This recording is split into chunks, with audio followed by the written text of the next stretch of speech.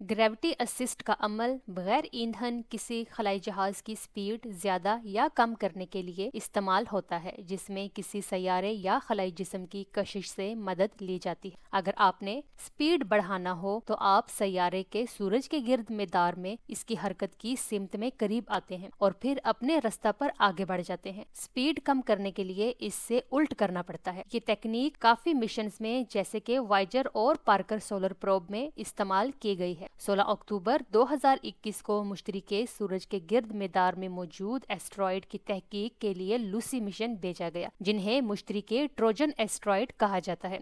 इस स्पेसक्राफ्ट ने भी पहली दफा 16 अक्टूबर 2022 को और दूसरी दफा 13 से 15 दिसंबर 2024 के दरमियान जमीन के करीब गुजरते हुए बगैर ईंधन इस्तेमाल किए अपनी स्पीड को कंट्रोल किया। यकीनन ग्रेविटी असिस्ट खलाई जहाजों का ईंधन बचाने का एक अच्छा तरीका है।